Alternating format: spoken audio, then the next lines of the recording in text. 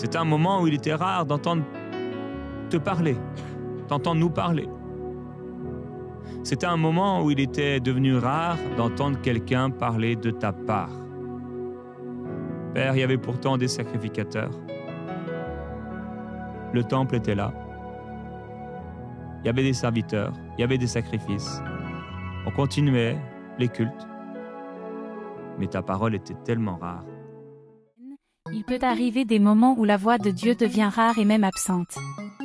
Lorsque cela arrive, il est de notre devoir de revenir au pied de l'Éternel avec toute notre volonté et notre amour. Dans cette vidéo, le serviteur de l'Éternel nous donne plus de lumière là-dessus. Écoutons et restons bénis. Alors nous lisons, comme on a commencé hier, mardi, dans 1 Samuel chapitre 3, verset 1, et on va lire aujourd'hui jusqu'au verset 2, peut-être plus. Le jeune Samuel était au service de l'Éternel auprès d'Élie. La parole de l'Éternel était rare en ce temps-là. Les visions n'étaient pas fréquentes. En ce même temps, Élie était couché à sa place. Ses yeux commençaient à s'affaiblir. Il ne pouvait plus voir.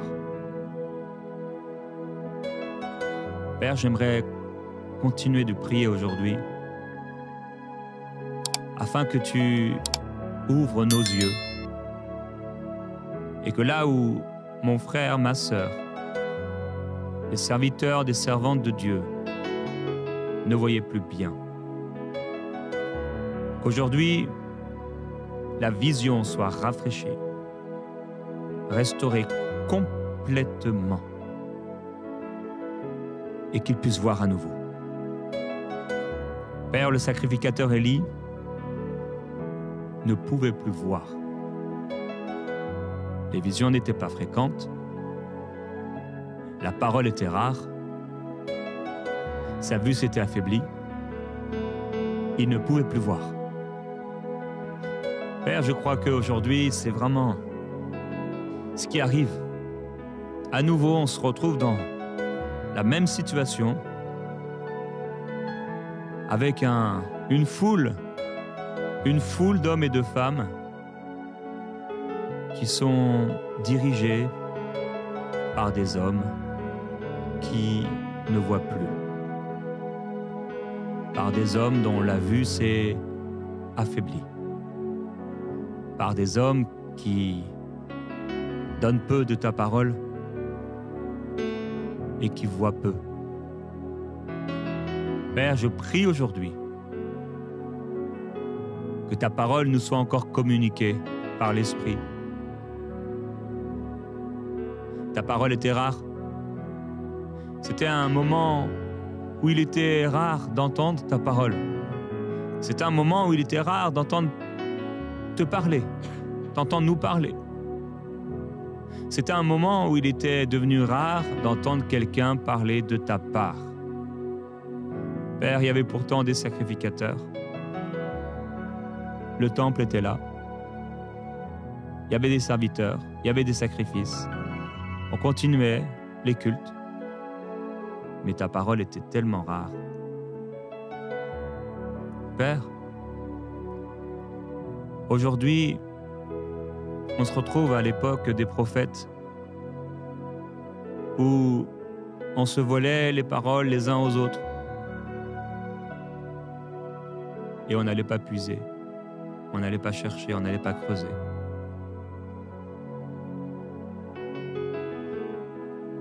Je prie, Père Céleste, que encore aujourd'hui, on puisse entendre clairement ta parole comme on pouvait l'entendre à travers la bouche du prophète Ézéchiel, la bouche du prophète Jérémie, la bouche du prophète Ésaïe, la bouche du prophète Michée, la bouche du prophète Osée, qu'on puisse encore entendre, t'entendre parler si clairement que ce ne sera pas la photocopie, une mauvaise photocopie de quelque chose qui a été entendu.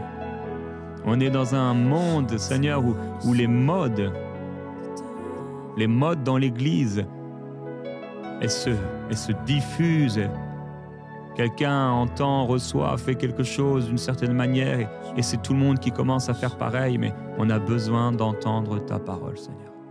C'est parce que beaucoup de personnes ne voient plus. La vue est affaiblie qu'on va essayer d'imiter. On va essayer de regarder à ce qui est le plus proche de nous, parce que ce qui est le plus proche de nous, ça, on est capable de le voir. Mais tu nous appelles à avoir une vision beaucoup plus large, beaucoup plus étendue. À regarder non pas de la terre, pour essayer d'aider la terre, mais de regarder depuis le ciel, pour amener le ciel sur la terre. Père, aujourd'hui, tellement de choses se font dans ton royaume, tellement de choses dans l'Église, et les foules qui suivent des principes, des préceptes. On a ajouté maintenant, comme à l'époque des pharisiens, des traditions humaines. Et toutes sortes de choses qui sont faites, et parfois les gens ont l'air de trouver ça normal quand on ressort de la même façon, quand on n'a pas rencontré, quand on n'a pas été impacté, quand on n'a pas déversé nos cœurs vraiment en adoration. Et les gens sont tellement bien habillés, tellement bien placés, tellement bien. Ils respectent tout, ils se mettent debout, assis, ils applaudissent quand il faut applaudir, ils font toutes les choses qui doivent être faites. Et Seigneur, parfois, ça manque tellement cruellement de ta présence. Et c'est parce que ça manque de ta présence et ça manque de la vision et ça manque de ta parole qu'on ajoute beaucoup de choses de la part de l'homme. Père, ils n'avaient pas d'instruments ou très peu, ils n'avaient pas de sonorisation, ils n'avaient pas des réseaux sociaux, ils n'avaient pas toutes ces choses. Ils n'avaient peut-être même pas des belles voix, mais tu étais là. Il y a quelque chose qui s'est passé. Pierre a prêché, il n'y avait pas de micro, il n'y avait pas de stage, il n'y avait pas de lumière, il n'y avait pas de fumée, il n'y avait pas de bâtiment. Et quand il s'est mis à prêcher, tu as fait quelque chose dans les cœurs, c'était surnaturel. Et les gens ont commencé à vivre cette vie nouvelle et les gens ont marché dans l'amour, ils s'aimaient les uns les autres, et telle relation fraternelle. Ils avaient soif de se retrouver et ils mettaient tout en commun, c'était plus leur bien, leur argent et chacun avec leur façon de voir, mais tout était en commun, ils partageaient le pain en toute simplicité de cœur. Père, je prie pour cette simplicité de cœur. On est en train de faire des choses dans l'Église où on a enlevé cette simplicité de cœur. On a l'impression d'être dans un théâtre parfois, Père, où chacun fait un jeu, une comédie, pensant souvent bien faire, voulant souvent bien faire, mais les cœurs, la simplicité des cœurs. Alors on s'habille parce que c'est comme ça, on s'est dit, voilà, culturellement, il faut bien s'habiller, on met nos beaux costumes, les belles robes, le beau maquillage, et tout est bien, et on veut que les enfants soient bien et bien habillés. Et on arrive là à l'église et on a oublié pourquoi on est venu. Et si souvent, Père, dans tellement d'endroits, de lieux et de réunions, on a juste fait pour faire. Alors le groupe de louanges s'est préparé et ils chantent et parfois sans même penser à ce qu'ils disent. Et le peuple répète sans même penser à ce qu'ils disent. Ils répètent simplement les paroles qui sont là, affichées sur un écran quelque part. Père, il y a tellement plus. Alors la parole était rare en ce temps-là et ils ont commencé à organiser les choses de manière humaine. Les fils d'Élie volaient dans les offrandes, couchaient avec les femmes qui se rencontraient là. C'était devenu n'importe quoi. C'était devenu terrible. Une organisation humaine. Tu as voulu corriger et reprendre Élie, mais il n'a pas fait les choses. Il n'a pas voulu mettre en place ta façon de faire et ta façon de voir, et sa vue en a été affaiblie. Ta parole est devenue rare. Les visions étaient peu fréquentes et il ne voyait plus. Père, nous voulons voir et nous voulons entendre ta parole. Père, je ne veux pas avoir à prêcher, à me creuser la tête pour savoir quoi prêcher. Je veux recevoir de toi. Nous voulons recevoir de toi la direction, la parole vivante de Dieu. Ils se retrouvaient en toute simplicité de cœur et ils partageaient le pain dans les maisons. Et ils se retrouvaient tous ensemble, dans le temple, pour t'adorer. Et les gens craignaient l'Église. Père, il y a vraiment besoin d'un réveil. On peut galvaniser les foules parce que quelqu'un prêche bien, parce que quelqu'un chante bien, parce que quelqu'un parle bien, parce que quelqu'un danse bien, parce que quelqu'un prophétise bien, apparemment. C'est les cœurs. Où sont les âmes? Où sont les âmes perdues qui te rencontrent, Seigneur? Où sont les gens qui viennent et qui sont électrocutés par ta présence, qui crient à toi? Aujourd'hui, les gens s'approchent au salut avec leur sac à main. Père, je prie pour ce réveil spirituel. Ces hommes, ces femmes qui se jettent sur leur face, tremblants, dans une crainte de la mort, de l'enfer, et ouvrant leur cœur à l'évangile de gloire. Père, nous ne voulons plus des fausses conversions. Nous ne voulons pas des adeptes. Nous ne voulons pas des membres d'église.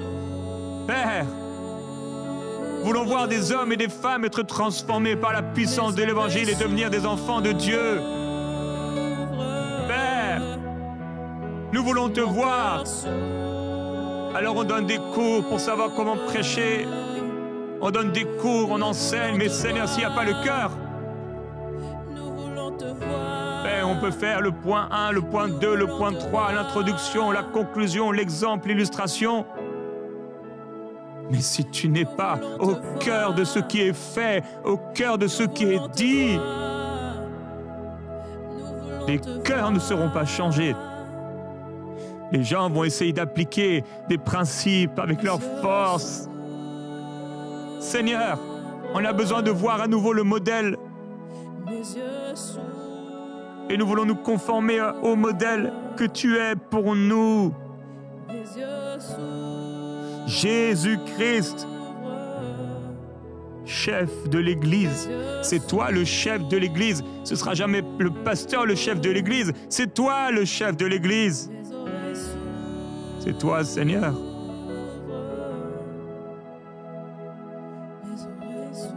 Viens régner et envoie ta parole encore. Envoie ta parole encore, envoie ta parole encore, Seigneur. Tant d'imitations dans les façons de faire. C'est toi qu'on veut imiter. C'est à toi qu'on veut ressembler. On veut avoir les mêmes fruits, Seigneur. On veut avoir le même impact. Tu as dit qu'on ferait même des choses plus grandes que toi. Seigneur, aujourd'hui, les gens reçoivent un peu d'onction et les voilà en train de faire du bricolage et des artifices et toutes sortes de choses, du l'acting, et ils font des choses et ils jouent avec l'onction, ils jouent avec les gens, ils jouent avec les émotions.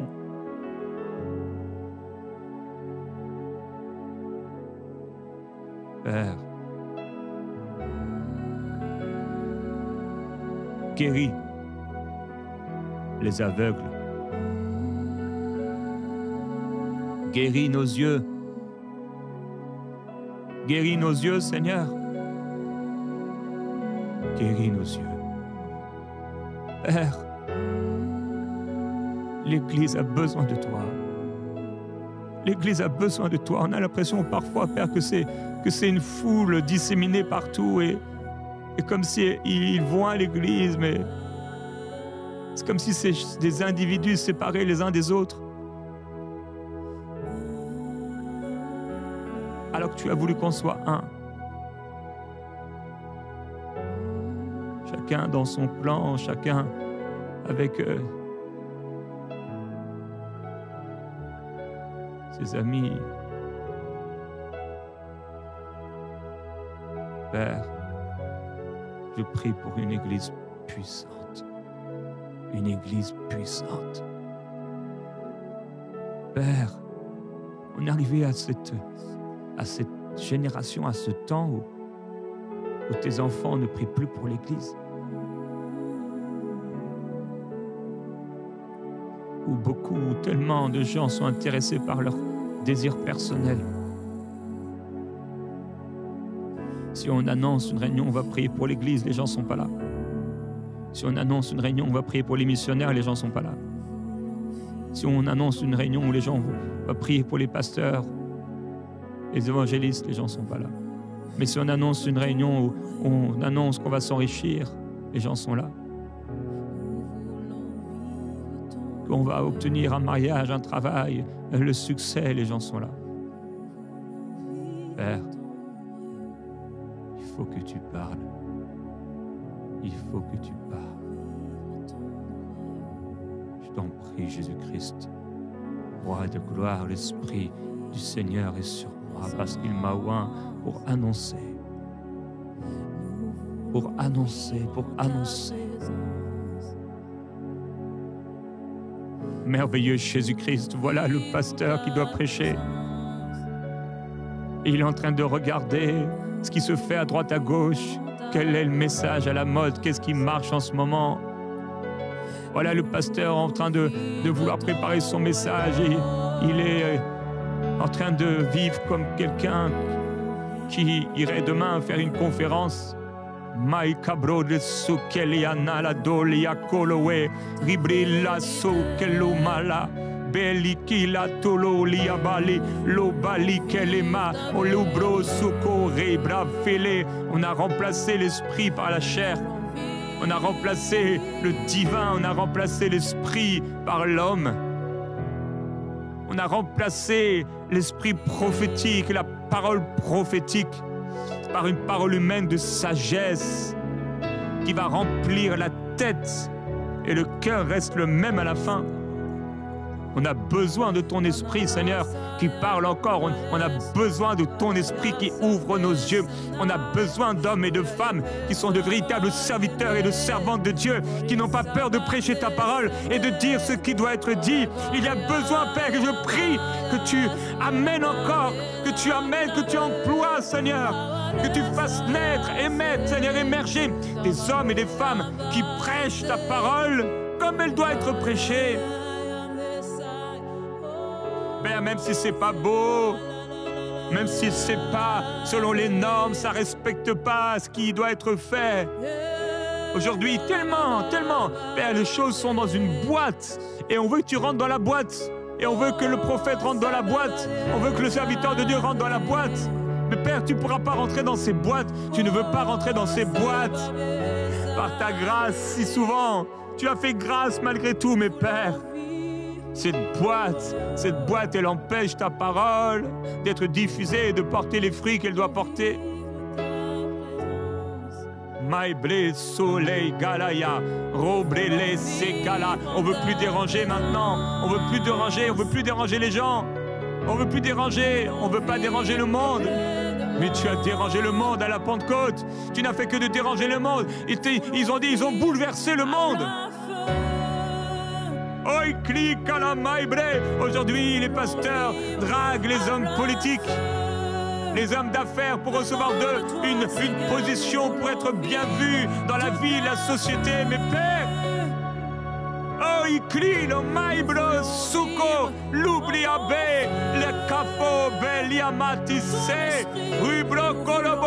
Jean-Baptiste n'a pas eu peur de dire ce qui était. Il n'a pas eu peur de dire aux pharisiens qui vous a appris à fuir la colère à venir.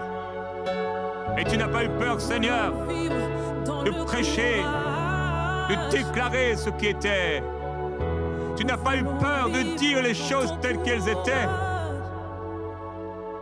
Père, je prie pour des hommes et des femmes qui n'ont pas peur de dire la vérité, pas des hommes et des femmes qui se prennent pour les grands prophètes, rebelles dans leur cœur, rebelles à toute autorité. Ils n'ont pas d'église, ils font n'importe quoi, ils sont dans la division, pas ce genre d'hommes et de femmes. Mais des hommes et des femmes de Dieu, marchant dans l'humilité, la soumission et l'amour, la puissance et l'autorité de Christ, établis dans l'Église.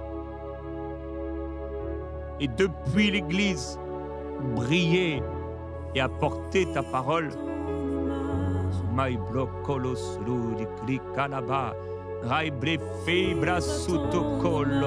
Père, il y a des séries qui se font, il y a des choses qui se font, et en fait, tu n'es pas là.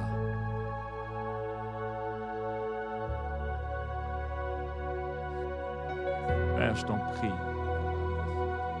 si le bateau est en train de prendre une mauvaise direction, parle-nous.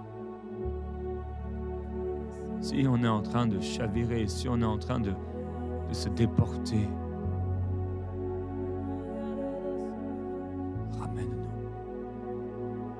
Ramène-nous, s'il te plaît, Seigneur, de la voie dont on s'est égaré. Ramène l'Église. Ramène l'Église. Aujourd'hui, on a parfois l'impression qu'on est en train de créer des citoyens du monde, de leur montrer comment être quelqu'un dans la société, comment réussir dans la société, comment posséder, comment être propriétaire, comment avoir, comment diriger, comment contrôler, même comment manipuler. Père, je prie que tu pardonnes l'Église, que tu nous pardonnes pour toutes les fois où on s'est égaré, toutes les fois où on voulait bien faire les choses, mais notre cœur, quelque part, n'a pas eu la foi nécessaire, l'attente nécessaire pour attendre ta parole. Alors on a pris un message de quelqu'un. Je prie pour tous ces frères pasteurs. Je prie pour toutes ces sœurs qui te servent.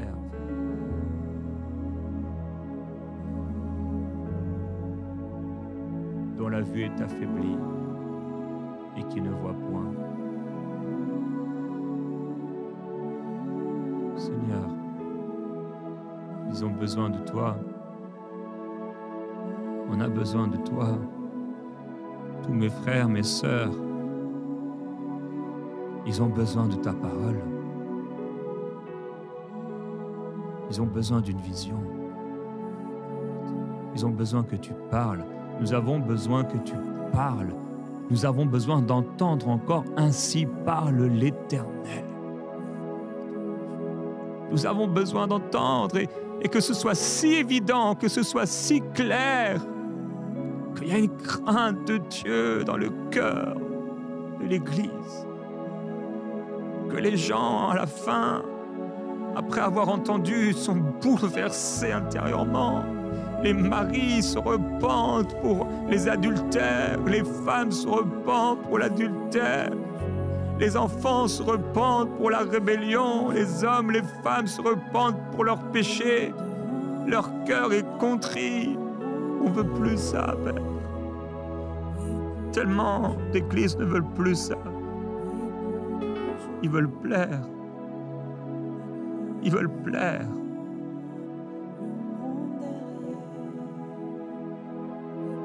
Seigneur,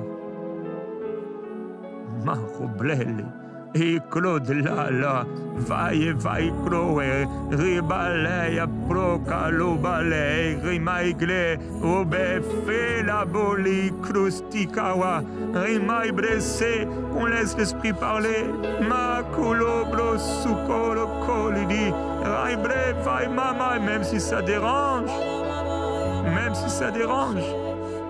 Même si ça dérange. Nous disons encore, parle, parle, parle, l'esprit des quatre vents, parle. Que l'esprit parle. Que l'Esprit parle encore. Parle, Seigneur, parle, parle, parle, parle. Parle, parle, parle, parle. Aujourd'hui, on doit chercher. Aujourd'hui, on cherche un message, quelqu'un qui parle bien. Quelqu'un qui parle des choses qu'on vit, qui sait mettre des images, l'art oratoire. Et nous voulons qu'une armée d'hommes et de femmes puisse se lever avec la parole de l'Éternel et qu'on n'ait plus à chercher, mais que ça se présente là devant nous, tellement la parole est là, présente. Père, je prie qu'il en soit ainsi, au nom glorieux, merveilleux de Jésus-Christ. Parle encore, Seigneur, parle, parle. Ton serviteur écoute.